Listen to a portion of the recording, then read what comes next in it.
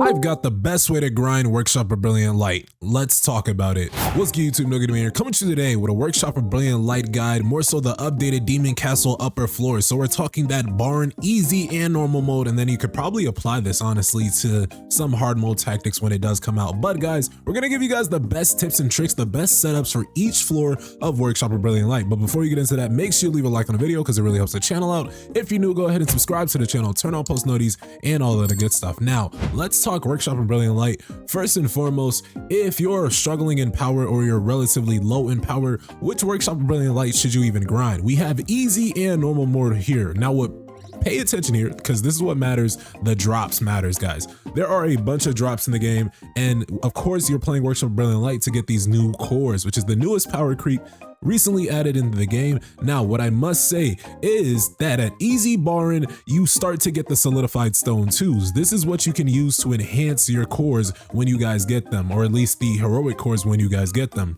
Of course, I personally recommend only enhancing heroic and above cores, but of course, guys, you want to aim for that legendary. And speaking of legendary, normal Baran is when you start to see some legendary. So if you can only do, let's say, the Demon Castle 75th floor, it might be worth it to get a chance at some legendaries, honestly, guys. But you definitely want to at least do normal mode at any part if you can. I'm talking even the first floor, guys. You want to grind out normal mode, but of course we also have Vulcan. Now, what I will say is that hard Vulcan, right? Let's say you want to do hard Vulcan. At hard Vulcan, when you're doing the boss fight, you do get some legendaries. You don't get solidified stone 3s is the only thing I noticed, which I don't like from here. So I probably wouldn't recommend doing hard Vulcan.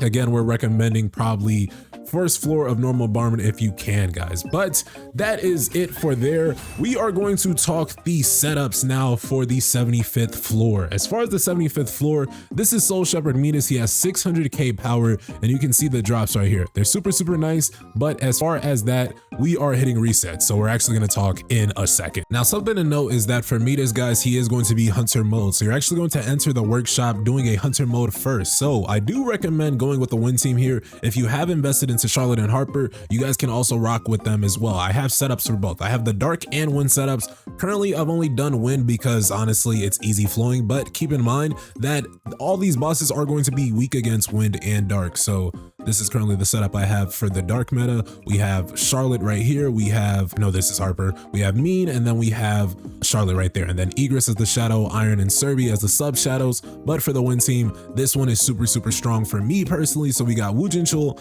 Hansi Mei, and then Amamiya Mirai. Big Rock as the main shadow, Iron and Serby as the leads. Now, as far as the artifacts here, this part is probably going to be the super simplest part. 8-piece Burning Greed for Woojin Chul, 8-piece Burning Blessing for Hansi Mei, 4-piece Curse, 4-piece Beast for Amamiya Mirai. And honestly, I'm not going to talk about cores here because we already dropped the cores guide. Make sure you guys check out the cores guide. And of course, you're grinding this to get cores, so I don't think it's fair to really talk about cores. You probably should have. But as far as the artifacts for the dark team, you can kind of see it here.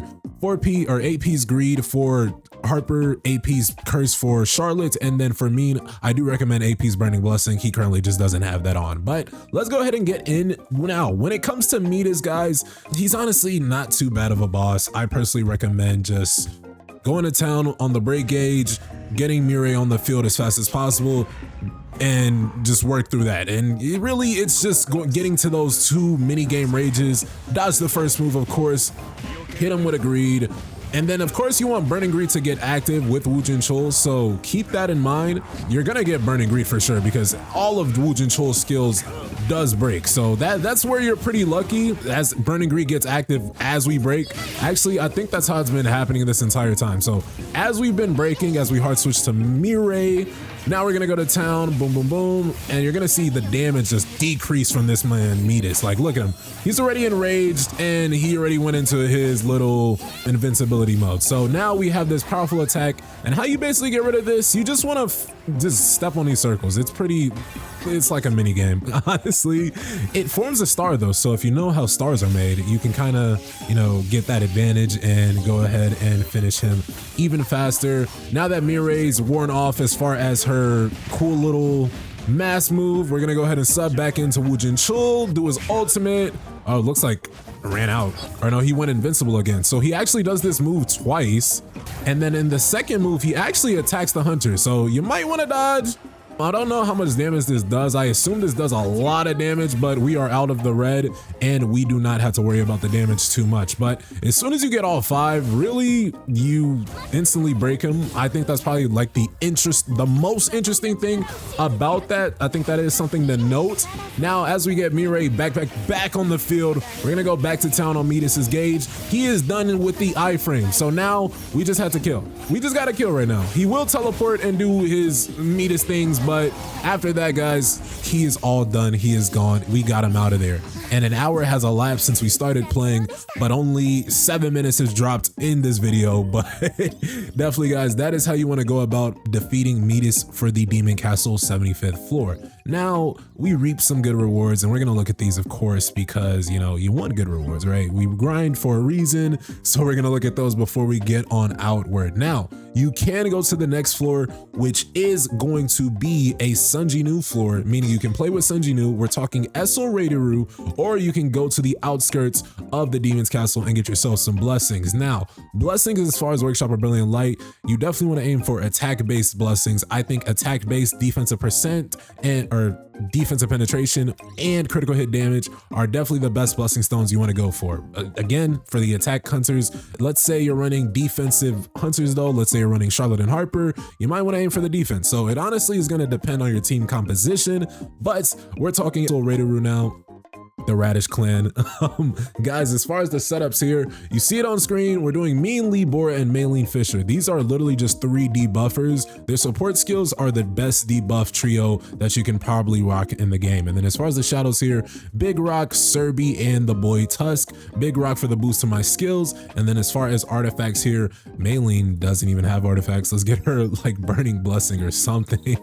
But Burning Blessing for Maylene, AP's Curse, and then 4-piece Noble and 4-piece Peridot for me. And this is done intentionally because I wouldn't rock two 8-piece Burning Blessing sets. I do recommend the Peridot set and the Noble Sacrifice set if you are going to run 3 support characters. And honestly, you should probably do this regardless. Whatever 3 characters you rock, try to aim that one of them gets 8-piece Burning Blessing and one of them gets 4-piece Noble with 4-piece Peridot. I personally think that will help out your runs and shorten your difficulty way more. Now, as far as the boy Sunjinu, 4-piece Curse, 4-piece Beast, it's the best set in the game, guys. Come on. Now, as far as the weapons, I'm gonna be honest, guys. You could be so diverse here, so diverse here, guys. There are so many dark weapons that are good right now. There are so many wind weapons that are good right now. Wind weapons that got boosted. We're talking Longsword. Westwind is still good in the game. We got Demon King's Daggers, which just recently dropped. You can go Old Reliable with the Plum Sword. We're talking Zeke's Fragments. We're talking Moon Shadow, guys. You can rock so many weapons. Now, the best combination for the boy, NoGoodEman, we're doing Plum Sword and Moon Shadow. And then to boot, we are pairing these with Armor Break Vacuum Wave and then Sonic Stream Magnifying Slashes. This is a deadly duo, guys. Now, what I will say, if you're in the red with Esil or if you're in the red with any of these bosses, you do want to prioritize bringing either another Break Hunter or another Break skill. So I do recommend, let's say, bringing Eruption, High Speed Rotation, or maybe even, let's say, Countering Blow, Chain Break, or what is this one, Illusion. You guys definitely want to bring that, or another Break Hunter. I personally would probably sub out, let's say, Lee Bora. I ended up doing this for one of my runs. I subbed out Lee Bora for Harper, and then I think I subbed out Lee Bora for Woojin Chul as well. But that was just for some test runs, guys. Now, as far as Esil, and then as far as blessing stones here, or blessing stones for any of these floors, guys, I think some big blessing stones you definitely want to run Pulverize, because every boss that Jinnu is going to face will have a break gauge, so you damn sure want Pulverize, especially for Baran, because that boy has 2 break gauges because you're going to face him 2 times. Double-edged sword, I think this one is also super sweet, especially because me personally, I have it on legendary, so I'm getting the most amount of damage. If you're using pretty much all dark and wind weapons and skills, I think weakness detection is one of the best blessing stones you can bring here. And then something else to lower their damage or increase your damage, you can think advanced daggers, you can think mono rampage. If you're lacking in crit, you could go ahead and put on sharp perception. You can get your skills back faster with reawakening. You can decrease their defense with bloodlust, guys. There are so many blessing stones you can run here, so we're giving you guys substitutes in there. Now, let's go ahead and get straight into this. Make sure you guys leave a like on the video, subscribe, turn on post notifications, all that good stuff. We gotta say that mid fight though, because honestly, this is gonna be a long video. All right, now let's get into Esil Radiru. Esil Radish, we're gonna go ahead and Shadow Step to start, summon the supports, and then from there, you can kind of see the damage that we're doing. Now, what I think is important to note is that when you do your final step in Sonic Stream Magnifying Slashes, if you click the Plum Sword effect, guys, that will automatically do Full Bloom for you. Now, you probably didn't hear me there, but I said, if you do the last hit in Magnifying Slashes and immediately, like right after guys, you hit the Plum Sword skill, you don't have that automatically does Full Bloom for you. So look at right there. Like I didn't activate or I didn't dash before using Plum Sword. So that's pretty cool.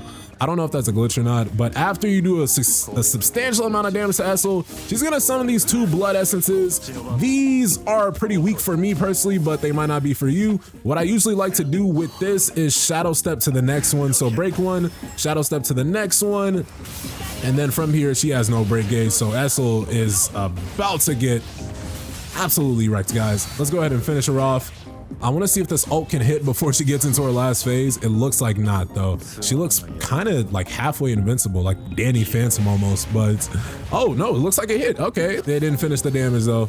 They did not finish the damage. Okay, so we're now thrown into this third cutscene. This is her final cutscene. She's basically going to drop AoE attacks on the ground, and from here, all you gotta do is dodge. This one's not crazy, and then she's going to come in the middle, and then you probably want to dodge that AoE move right there. So that is it for Esil. She is done, she is down, so make sure you guys dash. She's honestly not that shifty as a character. Esil in the manhwa is meh character, to be honest, but the point is, guys, that is how you want to go about defeating Esil, and we get nice, lovely rewards right there. And then we even get a Sunji new core. Wish it was legendary. Again, the drops here, speaking to the drops, guys, we're definitely gonna need hard mode to get the really good drops that we want, because I can attest to the normal drops and they are mid. Now, before you guys go to the Demon Castle Spire and you fight Kaisel and Baran with the Hunters, you guys can get some blessings. Again, if you are a little bit weaker, you definitely want to go for some good blessings. Now, you will go into Hunter mode, so for Hunter mode, I personally am rocking with the win team once more, so we want to get stuff that's going to boost the win team or boost Mirai specifically. So think attack, think critical hit damage, think defensive penetration. You guys can rock so much. I personally do not have to run blessings here, so we're gonna use the exact same setup that we were using on Soul Shepherd Metus. So let's get straight into it. Now, if you watched my update video, you kind of heard me mention that I do not like the flight pattern in this fight, and you'll see why in a little bit. Now guys, I can't lie, this fight is just odd to me. Like he comes in slashes and then he's just gonna land on, usually it's like, it feels like the opposite side of the map. And honestly, when Jin Chul is breaking some of this gauge, it looks like he's hitting the air. Like right there, he's hitting the air, but I'm allegedly breaking. It just looks weird at some angles, but of course, the devs can only do so much, right? I understand that part and that much, but let's go ahead and break Burning Greed is actives, so we can go ahead and summon the shadows, we can summon Hansi Mei, and then we can hard switch to Amamiya Mirai. And like I said, guys, Amamiya Mirai is the anchor in Workshop of Brilliant Light. For me, if you don't have Mirai invested, then that is probably Charlotte for you. Now, we got him down to, looks like 58%. He's going to come in the middle. He's gonna basically do what Metus does in the Hunter mode fight. He is going to summon orbs around here. So it actually is a little bit different, actually, now that I say it out loud. But you guys basically want to summon this orb, and when you guys shift, you actually move crazy faster. So make sure you summon those orbs, because that, I think, gets him his health back or does like a big attack if he ends up summoning them all. We definitely do not want that. Now let's go ahead and bring the boy Woojin Chul back out. We're gonna do some damage here. We're gonna do what we can. Han is back out, and then we are going to try and get a ultimate off while lightning is literally just flashing in the background. We're gonna hard switch to Amamiya Mirai, and then boom, go to town on Baran of the White Flames. Really Esil, I can't lie, but we want to dodge here, of course. And honestly, guys, we're just waiting for his aerial bombardment move. This is what I was waiting for. So now he's just going to strike the ground. This one's not too crazy as a skill. You just want to dodge. Just constantly move and you should be good. And then dodge when he does appear up behind you. So as soon as the camera angle changes, hit your shift, hit your dodge key. It looks like Mirai's skill just ran out, so we're gonna shift her out. And after the aerial bombardment, I'm not gonna lie, the damage gets crazy as we almost die with freaking Hansi Mei, right? Let's go ahead and put Mirai back in the field. We're going to finish up Baran of the White Flames in about 3, 2, and 1. And he is down, he is down, he is down. But that boy is not out for the count. Sun Jinwoo has to finish this job, folks. So stay tuned because we got one more floor to talk about. But first, let's look at the rewards, okay? The rewards look nice. You guys know the rewards are gonna be very meh to start, right? But this is what the guide is for, to teach you how to grind these meh rewards till you get the perfect one. Now the boy Baran, he is waiting for us. And as far as Baran, the exact same setup for Esil. Not gonna lie, guys. Esil and Baran, they get the exact same treatment. Now, what I will say, I personally think that I want to break faster when it comes to Baran because, again, he has 2 break gauges. So here, I am actually going to bring Harper. So we're going to change it up a bit because, or for the video's sake, we're going to change it up a bit. So we want to break faster on Baran.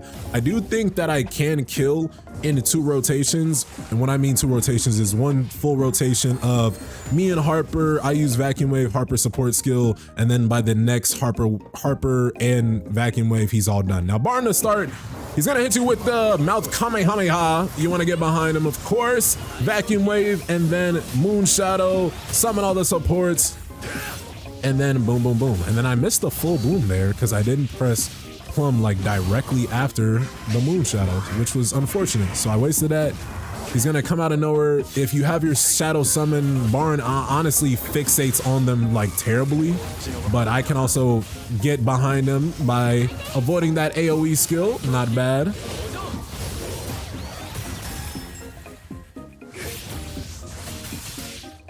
I got a little silent there. I just had to react to what was going on.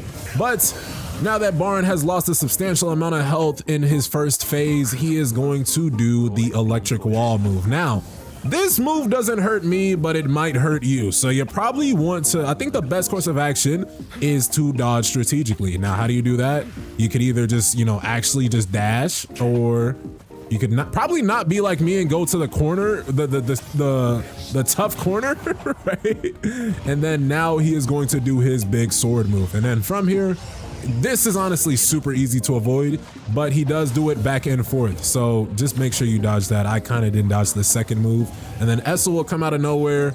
You can go ahead and get under her to be saved. I think this might be a one-hit kill move if this ends up being the case. I'm honestly going out of freaking order there with the magnifying slashes to the plum sword. That was terrible burst right there. But Baran is now in his second phase. Do be mindful, Baran's a lot more agile in his second phase. Like he moves a little bit crazy when he puts his long sword down. A little bit of pause there, but let's go ahead and hit the ult on Baran. Now Baran, guys, we're probably gonna yap a lot for Baran, I can't lie, because Baran is the big dog. He's the big dog. He's the boss. He's the final boss, guys. He is the ruler of the top floors, right?